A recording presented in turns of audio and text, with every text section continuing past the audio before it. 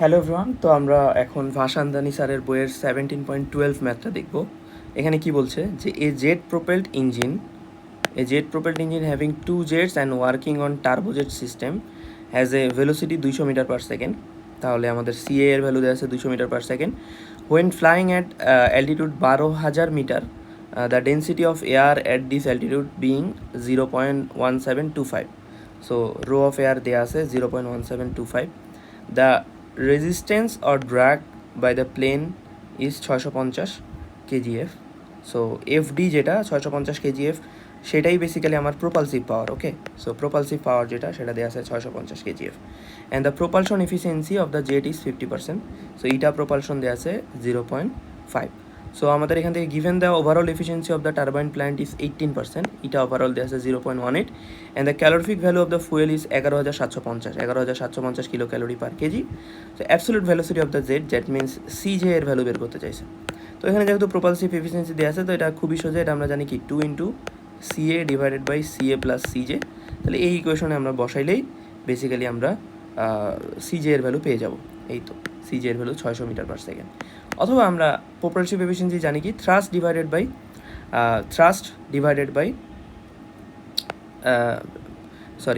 আমরা এটা জানি হচ্ছে thrust work by propulsive work. Okay, so thrust work কত? M a plus m f by g into সিজে minus ca into ca. So এটা হচ্ছে থ্রাস্ট। সেই থ্রাস্টটা বসলো এখানে plus half m v square হয় m a plus m f by 2 g cj minus c এর উপর স্কোয়ার। তাহলে যে m a plus m f g g g কাটা যাবে। সো এইটা এগুলা আলটিমেটলি ক্যালকুলেট করলে একই আসে 600 মিটার পার সেকেন্ড। সো আমরা এটা দিয়েও করতে পারি, এটা প্রপালশন। ওকে, তাহলে আমাদের অ্যাবসোলিউট ভেলোসিটি যেটা চাইছে, আমাদের চাইছে অ্যাবসোলিউট ভেলোসিটি কী ছিল আমাদের মনে আছে? সিজে মাইনাস সিএ। সো এই যে অ্যাবসোলিউট ভেলোসিটি হচ্ছে 400 মিটার পার সেকেন্ড। সো আমরা এখন বি নাম্বার ম্যাথটাতে করি। বি নাম্বার ম্যাথড হচ্ছে volume of air compressed per minute. তাহলে আমাদের volume of air compressed per minute বের করতে বলছে। তাহলে আমাদের প্রোপালসিভ পাওয়ার যেটা সেটা কত? M mass, let's assume m into সিজে minus ca by g. So আমাদের মাস যেটা সেটা চলে আসতেছে 15.94। তাহলে আমাদের এয়ারের ধরে নিলাম এখানে ফুয়েলের মাস নেগলিজিবল। সো আমরা মাস অফ শুধুমাত্র এম দিয়েই করতেছি। ওকে, তাহলে এখন আমরা যে জিনিসটা করব, যে আমাদের ভলিউম চাইছে, তাহলে আমাদের প্রোপালসিভ ফোর্স যেটা সেটা দেওয়া ছিল 650 কেজিএফ। আর এখানে এম বাই জি এর মান 9.81, আর সি যেহেতু বের করলাম 600, সি এ দেওয়া আছে 200। তাহলে এখানে এম কত? 15.94। আর ওই যে এয়ারের ডেন্সিটি দেওয়া ছিল মনে আছে, তাহলে ভলিউম হবে মাস বাই রো। তাহলে রো ইকুয়াল টু আমরা জানি এম বাই ভি। তাহলে আমাদের মাস হবে ভলিউম হবে এম বাই রো। তাহলে এখান থেকে আমরা এই যে কেজি পার মিনিট, আর এটা হচ্ছে আমাদের বেসিক্যালি এটা কোনো ইউনিটে চাইছে, হ্যাঁ পার মিনিট চাইছে। সো আমরা কেজি পার মিনিটে কনভার্ট করলাম। আর হ্যাঁ, এই 60 দিয়ে গুণ করলেই তো কেজি পার মিনিট হয়ে যাবে। ডিভাইড বাই রো দিয়ে করলে আমাদের এটা হচ্ছে এয়ার ভলিউম পাওয়া যাবে 92.413।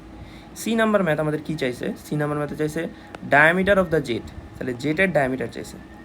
তাহলে volume flow rate equal to number of jet into area into jet velocity. এটা আমরা বলতে পারি যে আসলে ভলিউম ফ্লো রেট কী? নাম্বার অফ জেট, কতগুলো জেট ছিল, area into velocity basically volume flow rate. তাহলে আমাদের ভলিউম ফ্লো রেট ছিল 92.413 অ্যান্ড 92.413, অ্যান্ড আমাদের নাম্বার অফ জেট হচ্ছে 2, আর এরিয়া হচ্ছে π/4 ডি স্কোয়ার। সো আর জেট ভেলোসিটি 600। তো এখান থেকে আমরা যে জেটের যেই ডায়ামিটার সেটা আমরা বের করতে পারতেছি। তাহলে আমাদের কী চেয়েছিল? আমাদের চেয়েছিল যে power output of the unit, C number diameter of the jet. এবার ডি নাম্বার কী চাইছে? Power output. E number fuel consumption per thrust horse power hour. Okay, fuel consumption per hour per thrust, আর air fuel ratio of the unit. So আমরা এই জিনিসটা যদি দেখি, ওকে C number তো দেখলাম, এবার আমরা যদি ডি নাম্বারে চলে আসি, প্রোপালসিভ এফিসিয়েন্সি কী ছিল? Thrust power divide by propulsive power. So আমাদের প্রোপালসিভ পাওয়ার যেটা, thrust power divided by propulsive efficiency. তাহলে thrust power divided by propulsive efficiency. তাহলে আমাদের থ্রাস্ট পাওয়ার যেটা সেটা কত বের হয়ে যাচ্ছে, থ্রাস্ট পাওয়ারের ইকুয়েশন আমরা জানি। আচ্ছা, থ্রাস্ট পাওয়ারের ইকুয়েশন আমরা জানি। তো থ্রাস্ট পাওয়ার আমাদের হয়ে যাচ্ছে কত, এম ইন্টু সিজে minus CA divide by 75g into CA. তাহলে মাস কত, 15.94 ছিল, সিজে মাইনাস সিএ করলাম 75 ইন্টু 9.8, আর সিএ ছিল 200। তাহলে আমাদের এটা হর্স পাওয়ারে বের হয়ে গেলো, থ্রাস্ট পাওয়ার আমি বের করলাম। তাহলে আমার প্রপালসিভ পাওয়ার যেটা সেটা কত, thrust power divided by eta propulsive. তাহলে এই তো প্রপালসিভ পাওয়ার হচ্ছে থ্রাস্ট পাওয়ার বসাই দিলাম divide by eta propulsive. So এটা আমার প্রপালসিভ পাওয়ার চলে আসলো। আর ওভারঅল এফিসিয়েন্সি কত, ওভারঅল এফিসিয়েন্সি হচ্ছে thrust power into thermal efficiency into propulsive. Thermal efficiency কত, হাফ এম, মানে কাইনেটিক এনার্জি চেঞ্জ, তাহলে হাফ এম, এই জি সহ হাফ এম বলতে পারি, cj square minus ca square kinetic energy change. আর এখানে জে সিভি এম এফ, এটা হচ্ছে ফুয়েল সাপ্লাইয়ের যেই এনার্জিটা, ঠিক আছে। জে এর মান 427, ক্যালোরিফিক ভ্যালু দেওয়া আছে 11,750। আচ্ছা, mass flow rate of the ফুয়েলটা শুধু আমাদের আননোন। সো আমরা এখান থেকে ফুয়েল কনজামশন পার থ্রাস্ট এটাই আমাদের বের করতে হবে। ইটা ওভারঅল তো বের হয়ে গেছে, এটা ওভারঅল এফিসিয়েন্সি 18%, এটা দেওয়া ছিল। ওভারঅল এফিসিয়েন্সি দেওয়া ছিল না, হ্যাঁ ওভারঅল এফিসিয়েন্সি এই যে শুরুতেই দেওয়া ছিল যে 0.18। তাহলে আমরা এখান থেকে বেসিক্যালি যে সব কিছু বসাই দিলে আমরা mass flow rate of the fuel per KG per second পেয়ে যাব। তাহলে আমাদের চাইছে হচ্ছে KG per horse power hour চাইছে, হ্যাঁ। তার মানে কেজি পার আওয়ারে এটাকে কনভার্ট করতে হবে, ওই জন্য 3600 দিয়ে গুণ করে দিলাম। আর এখানে হর্স পাওয়ার যেটা ছিল, হর্স পাওয়ার থ্রাস্টের 1733। তাহলে আমাদের মাস floor fuel consumption per thrust horse পাওয়ার সেটা আমরা বের হয়ে যাবে KG per horse power hour.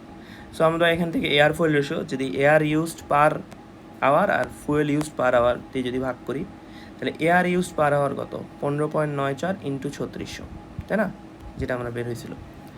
আচ্ছা, 15.94 ইন্টু 3600, এই তো এয়ার ইউজ যেটা আমরা এখান থেকে বের করছিলাম যে 15.94 কেজি পার সেকেন্ড। তো আমরা কেজি পার আওয়ারে বের করি। তাহলে আমাদের এটা চাইছে air fuel ratio divide by fuel use per hour. তাহলে ফুয়েল ইউজ পার আওয়ার কত বের হচ্ছে আমাদের, ফুয়েল ইউজ পার আওয়ার হচ্ছে এই যে এখানে যেটা হচ্ছে 0.2989 KG per hour per horse power. তাহলে এখন আমাদের হর্স পাওয়ার কত, 1733। তাহলে আমাদের এটা আলটিমেটলি কেজি পার আওয়ার চলে আসবে যদি হর্স পাওয়ার দিয়ে গুণ দিয়ে দিই, এটাই করছি। তাহলে আমাদের আলটিমেটলি 133.94 এয়ার ফুয়েল রেশিও চলে আসে। সো আশা করি আমরা 17.12 এই ম্যাথটা বুঝতে পেরেছি। Thank you very much.